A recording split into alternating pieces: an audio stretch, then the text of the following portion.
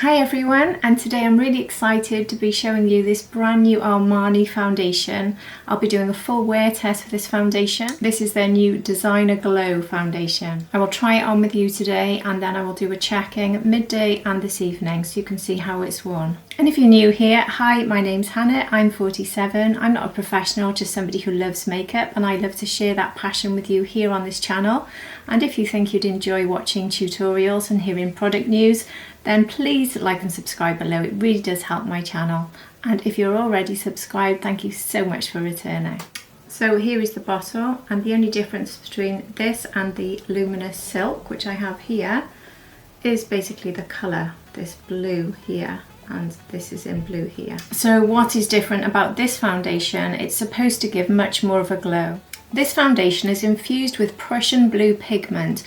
Prussian blue is a colour that I personally only know from doing watercolour painting. I know it's a very, very powerful deep blue, and the tiniest little drop can make a huge difference to a painting. But when it comes to your face, I know that we can use blue to balance out oranges and basically reduce redness. So I'm guessing that's the purpose of having this within the foundation, to just give you a more balanced, less red face. This also contains light reflecting pearls, which is presumably where the glow is coming from. And part of that formula is hyaluronic acid and 4 other ceramides. So this has skincare properties as well, if that's something that interests you.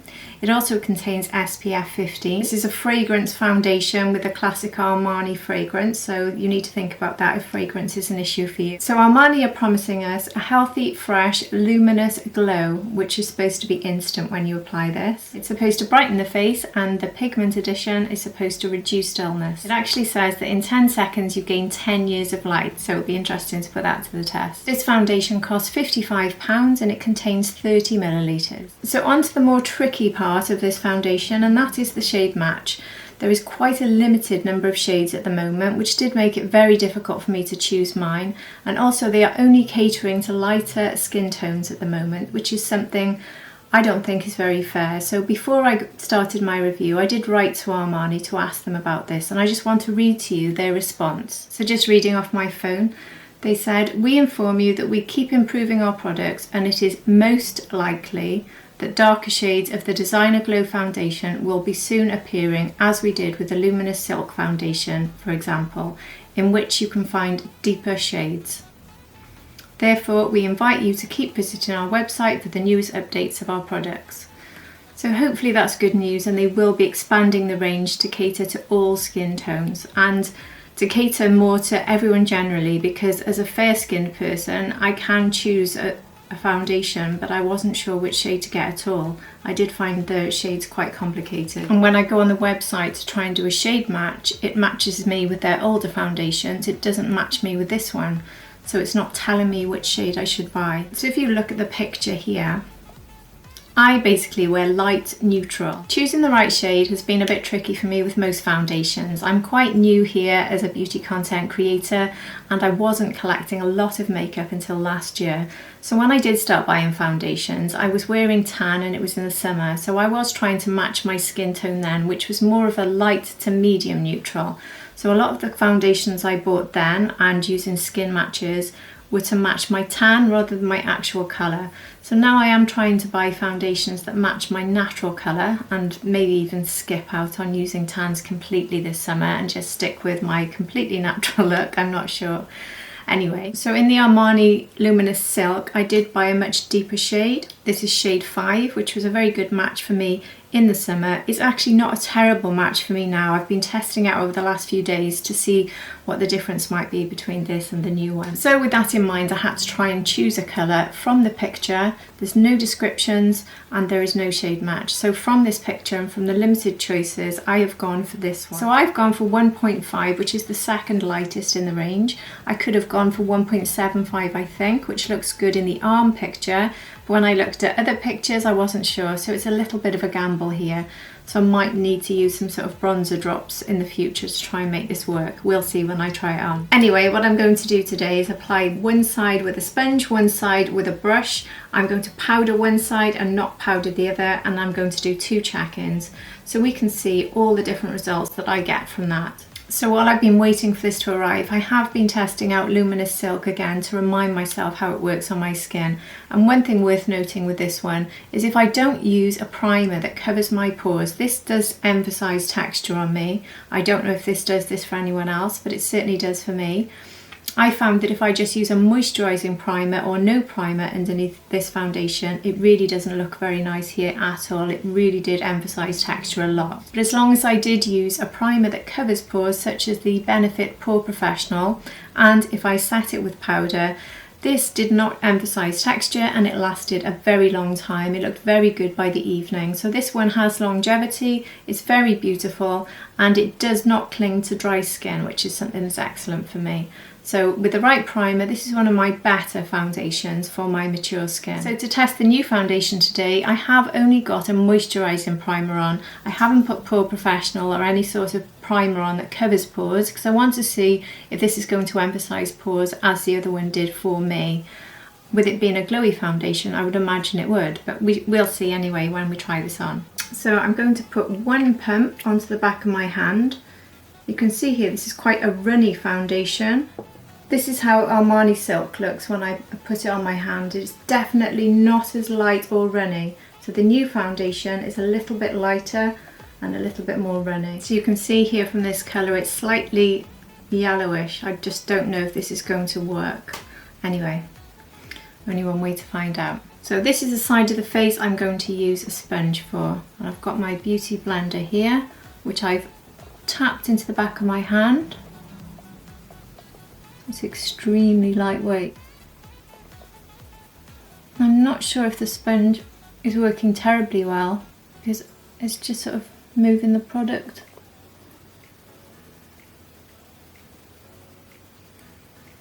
This is exceptionally lightweight, which is very pleasant to wear. The coverage is minimal, to say the least, using a sponge right now. The colour match at the moment is not looking too bad actually, but then I can't really see the foundation. So that is one full pump on this side. Not awfully visible, is it? If we look at cancelling out redness, would be the next thing to check. I've got a lot of redness around my nose, so if you look, God, it's really bad today. Good way to test it because my skin is looking very red. So there's the side I haven't done and there's the side I have, so I think it's very effectively reduced redness with that one pump. So whilst I don't think it's given a lot of coverage, it's definitely cancelled out red, so this Prussian blue pigment seems to be doing its job and it is giving quite a nice fresh glow. I'm going to do one pump on the other side using a brush, and I'll be using my BK Beauty 101 brush, so stamping this into the back of my hand, which is how I always apply foundation. And immediately I think the brush is a much better option for applying this. Yeah, I could see the sponge was picking up the product too much and it just wasn't. Yeah, that's much better.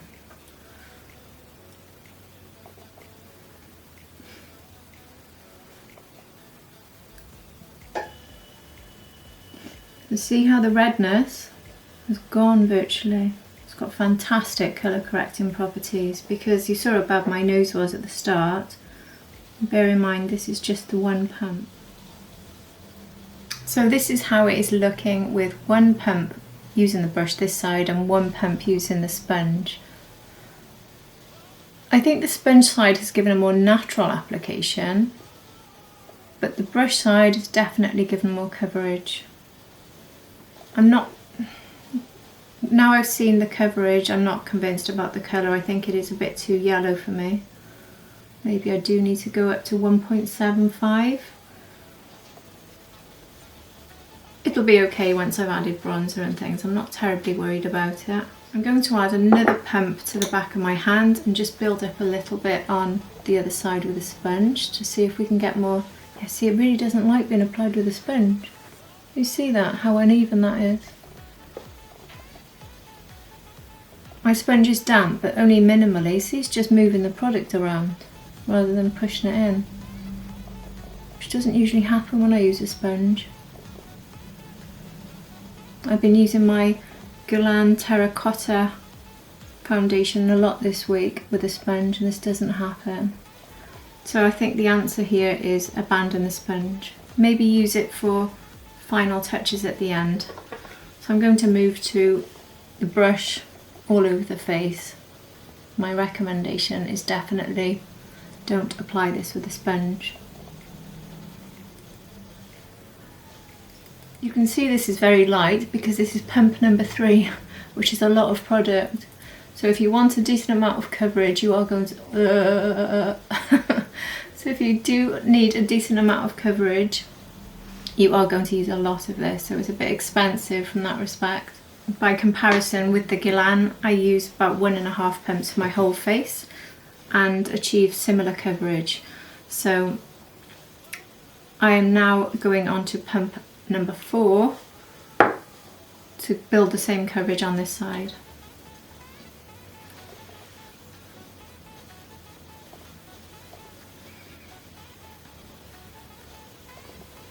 I think if I hadn't used a sponge, probably 2 pumps would have worked though, because as I put another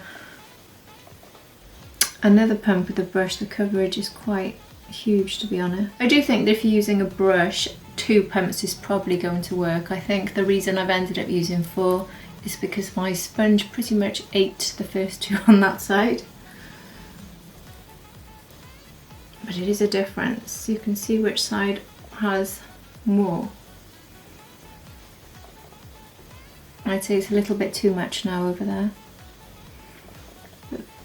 It's not caking on the nose, which for me is massive, because caking on the nose in winter is something that happens to me with almost every foundation I try, so that's very, very positive. I'm a tretinoin user, so I do find that dry skin issues on the nose from my skin peeling and growing new layers is particularly bad in the winter.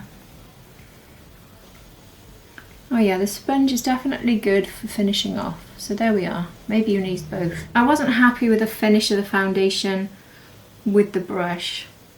It didn't seem like it sort of naturally pressed into the skin. So I think that's the answer with this. Apply with the brush and finish with a sponge. It is definitely given a very, very nice glow. And at the moment, I mean, it is emphasising texture because I'm 47, I have plenty of texture, I can't get rid of it, but it's really not that bad at all, because when I was using the luminous silk, I had huge pores showing up here. Obviously, we need to check this midday and tonight, but at the moment, I'd say this is working very well. Very, very nicely. So my first impression of this is it's lightweight, it completely corrects redness, it doesn't emphasize texture, it doesn't cake on my problem areas. So the only problem I've got is the shade, which is a little bit too yellow. You see, when I'm looking at this shade matcher here, I still just don't really know. I think all I could try is 1.75, possibly 2, but that looks a bit yellow. 3 looks a bit rosy, and then we start going into very yellow, 2 deep shades. Maybe I could try 3 and this one mixed together. But this is £55. I can't buy multiple bottles to try and find the right shade. So my other recommendation is, if you can try this in store, definitely try this in store. Blind buying this is a tricky one. Unless you think this colour is your colour. So overall, as it stands, I think this is a beautiful foundation. It's sitting perfectly on my skin. And trust me, that is not an easy thing to do right now in winter. I really am struggling with my favourite foundation, so that is really, really good. I'm just going to go off camera and apply my concealer and my cream contour, and then we will set one side so you can see how it looks set on one side. I'll be back in a minute. So I actually went on to apply all of my makeup. I thought it was just easier to powder right at the end as I would normally. and that way I can apply exactly the same products. So what I've done is I've used cream products on the face, so cream bronzer, cream contour, cream blush, cream highlights. And I think everything applied very nicely. Again, the sponge just doesn't work so well. It did move the foundation a bit when I tried to put contour in with a sponge. So I went back to using brush for everything. So brushes and frog in my throat. Brushes and this foundation are definitely the way forward, I think. So I've taken my time and done a few things. It's been about an hour since I put that foundation on now. So you can see whether or not it's settling into lines and emphasizing texture.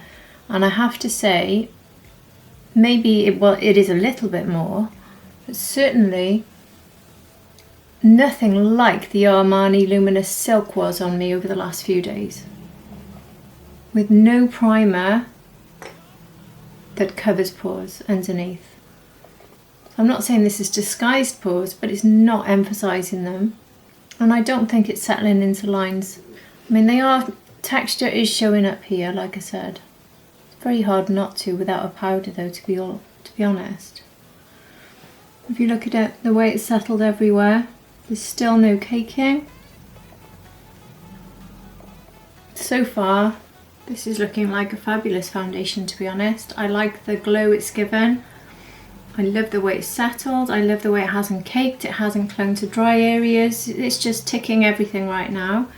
It doesn't give full coverage, that's something for sure, which is something I particularly don't look for. I'd say it's light to medium and a very pleasant lightweight formula generally, because it doesn't feel heavy on my skin at all.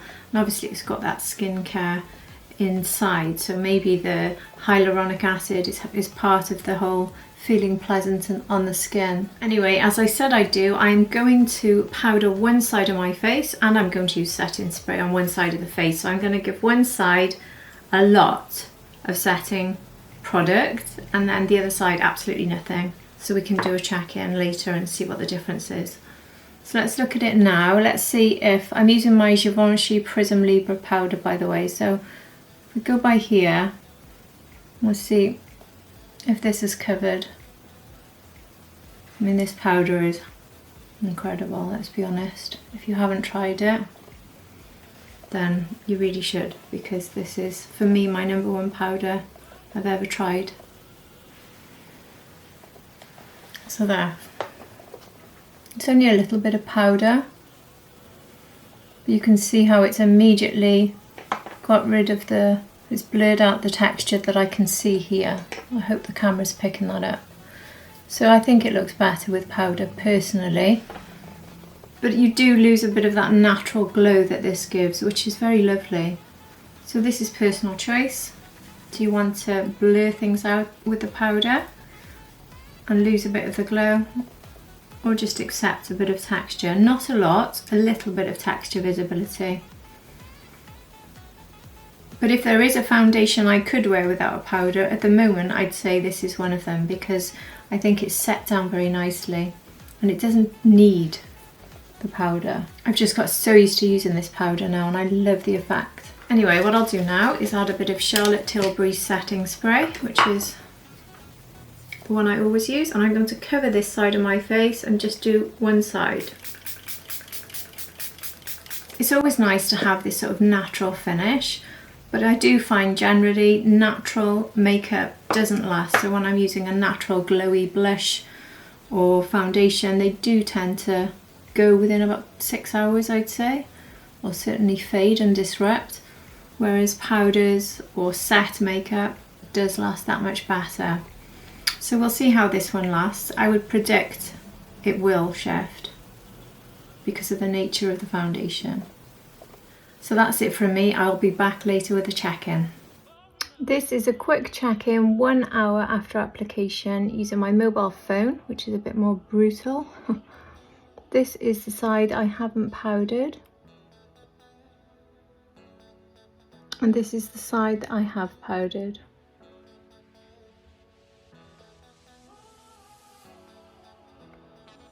So this is my midday check-in now. I've eaten lunch, but I haven't been outside. This is the side that isn't powdered. I don't think it's settling into fine lines any more than it was earlier really. And importantly, it's not caking off here at all. I'll be more interested to see this evening after an evening meal how this area manages, because usually, because I have combination skin, I have a slightly oily T-zone, so this area here would often have basically gone. We'll see. And this is the side that I powdered. Both holding up very nicely at the moment. Okay, so this is actually an 11-hour check-in. Yes, I have made it this far. It's 10 o'clock at night. It was 11 AM when I applied. I will switch to my other camera in a minute, but I just wanted to show you on this one. Okay, it's 11 hours. Please bear that in mind. Do we expect any foundation to keep going this long? My chin area is breaking up quite badly. Here. Exactly the same both sides though. This is the side, the powdered side. This is the non-powdered. So it's breaking up quite a bit there, there, and there. Very predictable, to be honest. I've eaten. So let's just ignore that for a minute. It's not broken up anywhere here, which I would have expected by now with just about any foundation, or by here. There is zero caking, if you ignore this bit, for the rest of my face. And this side, which wasn't powdered, I haven't lost anything. I haven't lost any foundation. This is the powdered side. So this foundation is pretty much held up the same. Maybe coming off a bit more there actually. Done there. Oh no, the same. And the texture here is a bit more visible,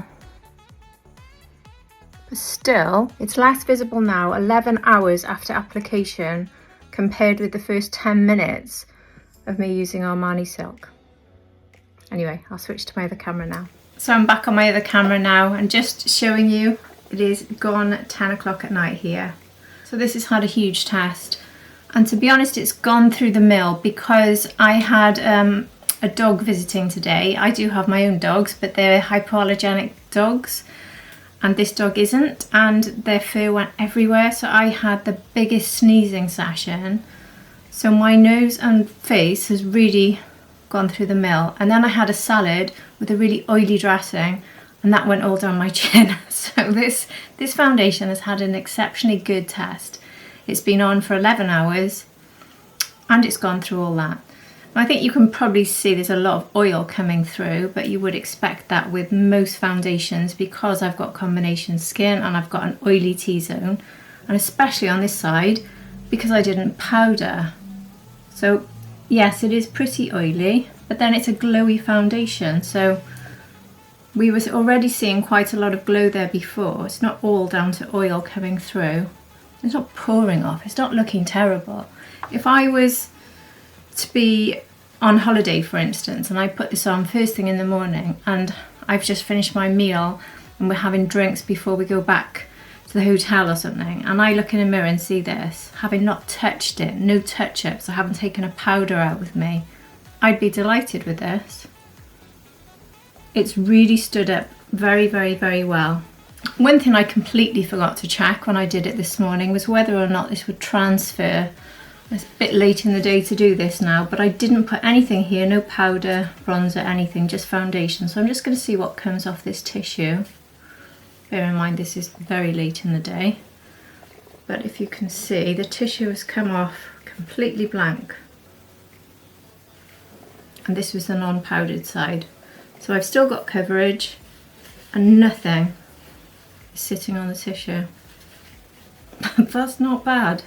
I'm now going to quickly pop some powder on to show you if I was going to now go hit a nightclub and keep going all night, which I wouldn't do in a million years, but let's just pretend. Let's say I want to just fix this.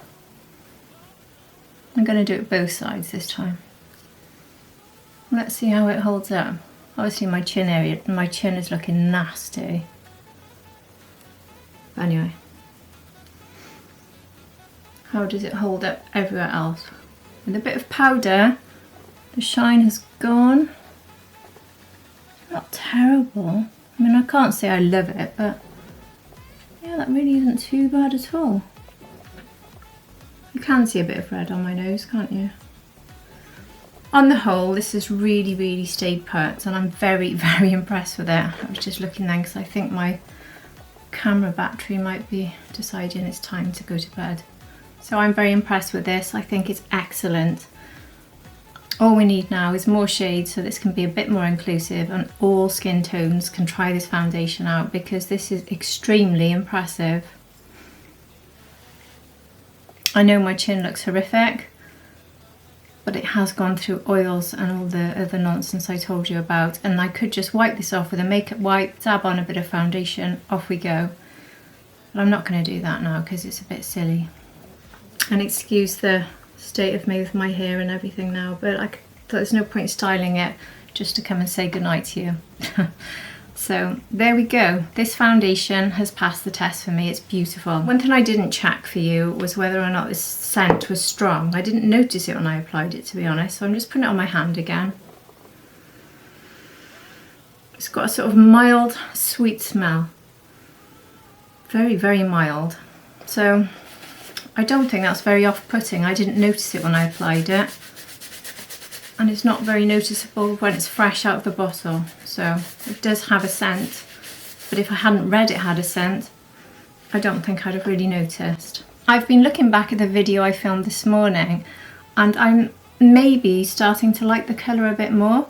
I'd love to know what you think. Do you think I match my colour? Do you think I should go up? Do you think I should stay the same? And now you've seen how it's settled on my skin with everything else, I'm starting to think it's actually the right colour. Tell me if I'm going mad. I'd love to hear your views on this. Anyway, that's all from me, and I really hope this video has been helpful for you, helping you maybe decide whether or not to give this one a try. But if you're thinking about it and if you're tempted, definitely give it a try. This should be a permanent one, so you don't have to rush out and get it tomorrow. It should be around for a long time, hopefully, just like luminous silk, and hopefully a lot more shades on the way too. I think maybe we need to put a bit of pressure on the brand, so if you do want more shades, maybe just keep writing to them and telling them, because the more demand, the more chance of getting them maybe. And before I go, if you look on the community tab on my page, I'm running a poll at the moment to see which full face of makeup you'd most like to see.